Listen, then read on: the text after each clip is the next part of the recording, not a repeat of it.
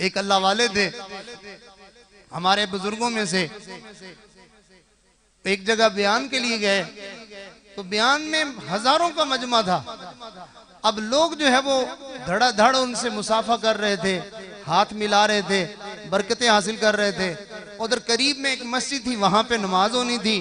حضرت ان لوگوں سے نکلتے ہجوم سے اپنی جان بچاتے وہاں پہنچنے تک حضرت کی تکبیر اولیٰ رہ گئی اور بہت غمزدہ تھے، بڑے دکھی تھے. اور اس وقت حضرت نے ارشاد فرمایا 25 سال کے بعد آج میری تکبیر اولیٰ رہ گئی ہے. ہم فجر بھی چھوڑ دیں، ہم ظہر بھی چھوڑ دیں، ہم عصر بھی چھوڑ دیں، لٹ پٹ کے تباہ ہو گئے.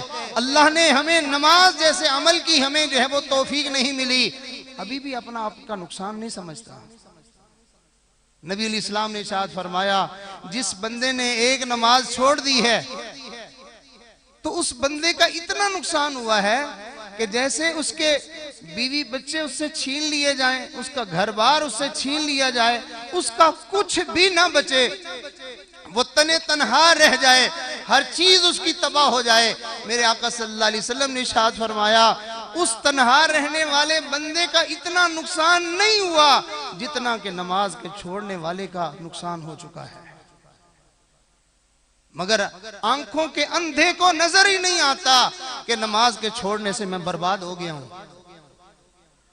دکان بند ہو جائے غمزدہ ہو جاتا ہے، کاروبار رک جائے پریشان ہو جاتا ہے، صحت چلی جائے پریشان ہو جاتا ہے، اور اللہ سے اس کا تعلق ٹوٹ جائے اس کو محسوس ہی کچھ نہیں ہوتا کہ میرا کیا گیا ہے.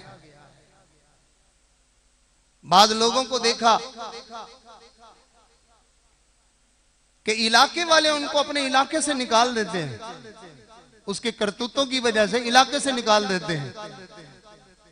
بعض لوگوں کو دیکھا کہ ان کے ماں باپ ان سے ناراض ہو کے ان کو گھر سے نکال دیتے ہیں. بعض لوگ ان کی بیوی ان سے ناراض ہو کے وہ اپنے گھر چلی جاتی ہے.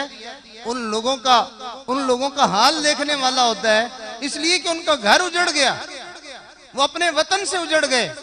ارے کسی بندے سے ساری دنیا روٹھ جائے اس کا کوئی اتنا نقصان نہیں ہوا، اور جس بندے سے اللہ روٹھ جائے اس کا کچھ نہیں بچا ہے. یہ باتیں ہمیں سمجھ آنے کے لیے بھی اللہ والوں کی صحبت کی ضرورت ہے. اللہ والوں کے پاس ہم جائیں گے، بیٹھیں گے، تب جا کے ہمیں پتہ چلے گا کہ نیک اعمال نصیب نہ ہونا یہ بندے کے لیے کتنی بڑی محرومی ہے. جس بندے کے اوپر اللہ تعالیٰ کا جتنا زیادہ پیار ہوتا ہے، جس بندے کے اوپر اللہ تعالیٰ کا جتنا زیادہ پیار ہوتا ہے، اللہ تعالیٰ اس بندے کے لیے نیک اعمال کی توفیق کا اتنا زیادہ دروازہ کھول دیتے ہیں. اللہ تعالیٰ کا تھوڑا پیار ہوگا تو اللہ تعالیٰ صرف اس کو فرض نمازوں کی توفیق دیں گے بغیر جماعت کے. کبھی دکان میں، کبھی گھر میں، کبھی کہیں بس ایسے ہی گزارا کرتا پھرتا ہوگا. وہ اللہ تعالیٰ کا پیار زیادہ ہوگا، اللہ اس کو باجماعت نماز کی توفیق دیں گے. چنانچہ ایک بزرگ تھے، ان کی ایک دفعہ نماز رہ گئی تو انہوں نے سوچا کہ بھئی جماعت کے ساتھ نماز پڑھنے پر بندے کو 25 نمازوں کا ثواب ملتا ہے. محلے کی مسجد میں اگر بندہ باجماعت نماز پڑھے تو ایک نماز پر کتنی نمازوں کا ثواب؟ 25 نمازوں کا ثواب ملتا ہے. تو ان کی جب نماز رہ گئی تو انہوں نے سوچا کہ بھئی میں اس نماز کو 25 دفعہ پڑھ لیتا ہوں. میری نماز رہ گئی نا تو چلو اس کی کمی پوری کرنے کے لیے میں اس کو 25 دفعہ پڑھ لیتا ہوں. جب انہوں نے 25 دفعہ نماز پڑھ لی، اللہ تعالیٰ کی طرف سے دل میں بات ڈالی گئی، میرے پیارے تو نے 25 دفعہ نماز تو پڑھ لی ہے، لیکن جماعت کے اندر جو ان لوگوں نے امام کی آمین کے ساتھ آمین کہی تھی اور فرشتوں نے آمین کہی تھی، وہ آمین کہاں سے لائے گا؟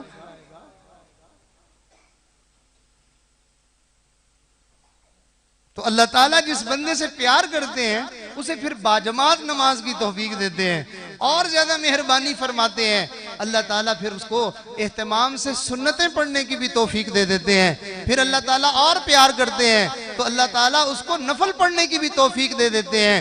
کچھ لوگ ہوتے ہیں صرف اشراق پڑھتے ہیں، کچھ لوگ ہوتے ہیں جو چاشت پڑھتے ہیں، کچھ لوگ ہوتے ہیں جو مغرب کے بعد اوابین پڑھتے ہیں، اور کچھ خوش قسمت اللہ کے پیارے ہوتے ہیں جب دنیا والے سوئے ہوئے ہوتے ہیں وہ رات کے آخری پہر میں اٹھ کے اللہ کے سامنے تہجد کی نماز پڑھ رہے ہوتے ہیں۔ سارے نبیوں کو اللہ تہجد کی نماز کی توفیق دیتے تھے، سارے صحابہ تہجد کی نماز پڑھتے تھے۔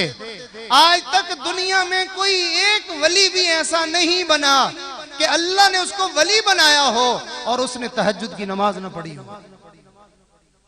یہ پیار کے سودے ہوتے ہی اس وقت ہیں، یہ محبت کے معاملے ہوتے ہی اس وقت ہیں۔ تو معلوم ہوا کہ اگر تہجد نہ پڑھے تو ولی نہیں بنتا، تو جس کی سرے سے نماز فرض نمازیں ہی نہیں ہیں وہ کیا ہے؟ اس کے تو پلے بچا ہی کچھ نہیں ہے۔ دیکھیں نا، جو تہجد پڑھنے والے لوگ ہوتے ہیں اللہ تعالیٰ پھر ان کے تذکرے قرآن پاک میں کرتے ہیں۔ تہجد پڑھنے والوں کے تذکرے اللہ تعالیٰ قرآن پاک میں کرتے ہیں۔ سنیے اللہ کا قرآن،